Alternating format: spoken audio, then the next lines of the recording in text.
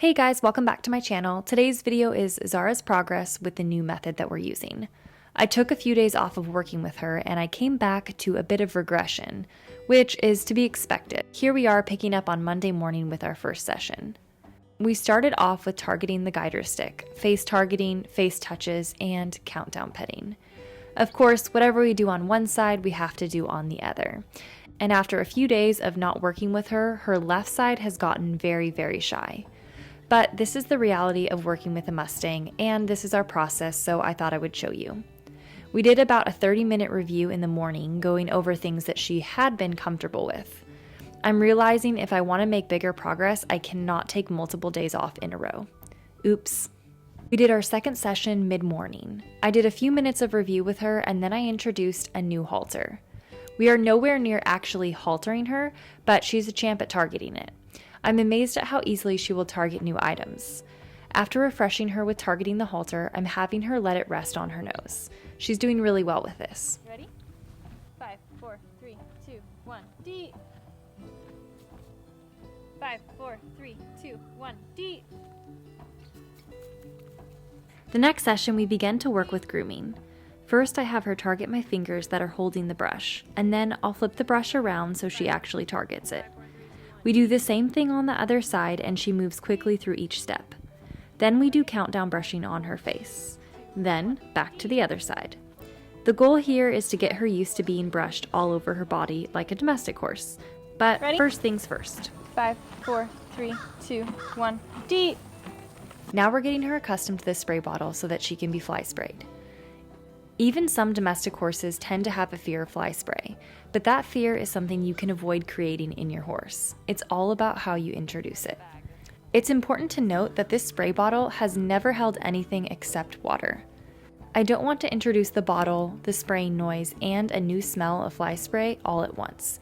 And you don't want fly spray getting on the hay. That would ruin the treat. The first task is getting her used to hearing the noise that the sprayer makes, and then use that noise as the new bridge sound. Yeah.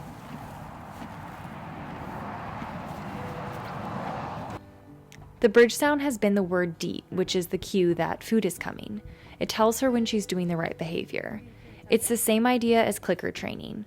So now, instead of me saying deet, I'll just spray the bottle as her new cue. Of course, we'll only use this new cue while we're working with the sprayer. 5, 4, 5, 4, 3, 2, 1. We did this over a few sessions, and then I started spraying the water up in the air so that she could see the mist.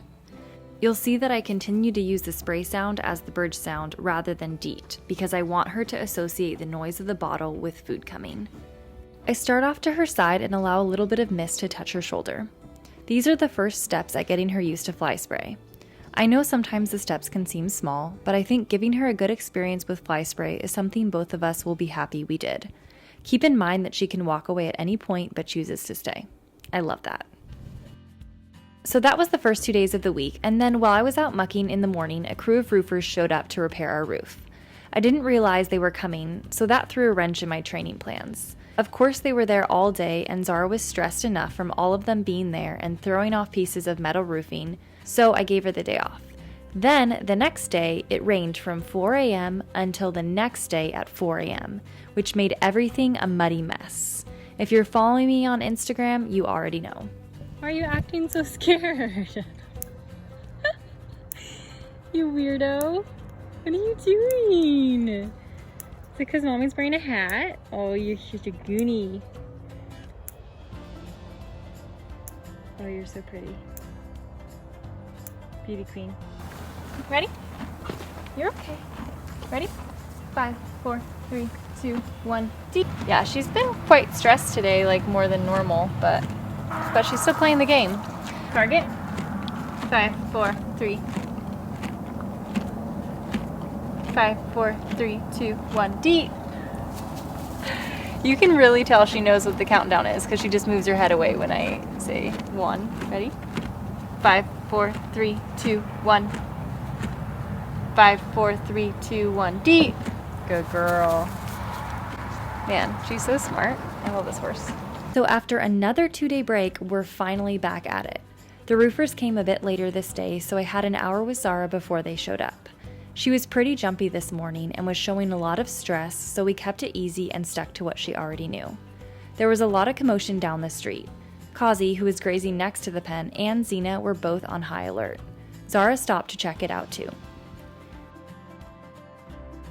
Later that same day, it warmed up and the roofers were working on the other side of the property, so I snagged a few minutes of training. I introduced a new task, which is getting her used to ropes. I started out having her target as usual. Then I had her target on both sides of her face. Then I made it into a fake loop for her to begin putting her head through it. This teaches her to catch herself. Of course, in these beginning stages, I don't want her to actually catch herself, so this loop is fake. I'm just holding the two ends to make it seem real. If she were to move fast, it would fall apart and she wouldn't feel trapped. Her instincts tell her that I might try to capture her. I'm trying to prove them wrong. Here's some footage of when I first started working with Zara but hadn't committed to using this new method. A stray dog showed up out of nowhere and thought it owned the place. Oh my gosh. This dog is bad. Doggy. Doggy. Oh my gosh. This dog is bad. Come here. Come here. What are you doing? Come here. Come here.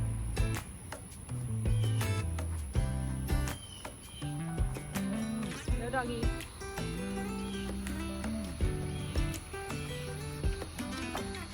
Look at this dog. Excuse me. Excuse me. That dog. Oh my gosh.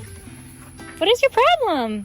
Okay, first of all, that is not ideal. First of all, who are you? Hi. Are you a little puppy? And you like that? Is that fun? And you were digging? You were digging in the sand? Okay, this is not for you. No, it's not a toy. No, it's not a toy. It's not a toy. Go home. I don't know who you are. Are you cute? No, go. It's not for you. I'm trained. What are you doing? No, you were. That's my water bottle, you little turd. You're being bad. You're being bad. Are you sorry? You're sorry? I'm sorry too. If you were mine, then you can stay here and we can teach you how to be good dog. What are you doing? You're not good. You're not good. Did you? Ew. Ew. Did you pee on it? Bad dog.